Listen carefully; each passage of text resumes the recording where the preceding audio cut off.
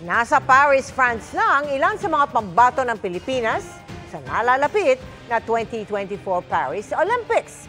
Wala pa man yan, may tila pampabuenas na back-to-back gold ang pole vaulter na si EJ Obiena. Nakatutok si Mav Gonzalez. Nakarating na sa Paris, France ang Philippine Olympic team na kakatawan sa bansa sa 2024 Paris Olympics. Kabilang sa mga atletang Pinoy na nauna nang lumipad doon ang magsisilbing Philippine flag bearers na sina Nesty Petesio at Carlo Paalam.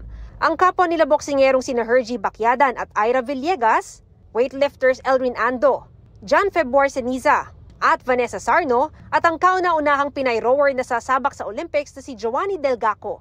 Kasama sa delegasyon sina Philippine Olympic Committee President Abraham Bambol Tolentino at Paris Olympic Chef de Mission John Vic Remulla.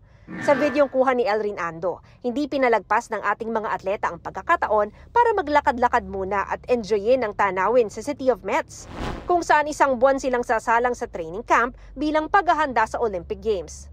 Samantala, bago pa man tumungo sa France para sa panibago niyang Olympic journey, sunod-sunod nang nagpamalas ng galing si EJ Obiena sa kanyang back-to-back gold sa Poland. Pinakabago riyan ang ginto sa Czesław Cybulskiego sa Poznan, Poland. Dito nakamit niya ang kanyang bagong stadium and meeting record na 5.87 meters.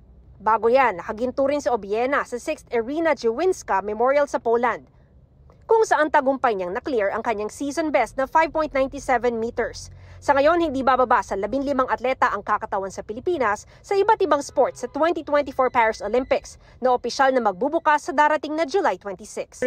Para sa GMA Integrated News, Mav Gonzalez, nakatutok, 24 Oras.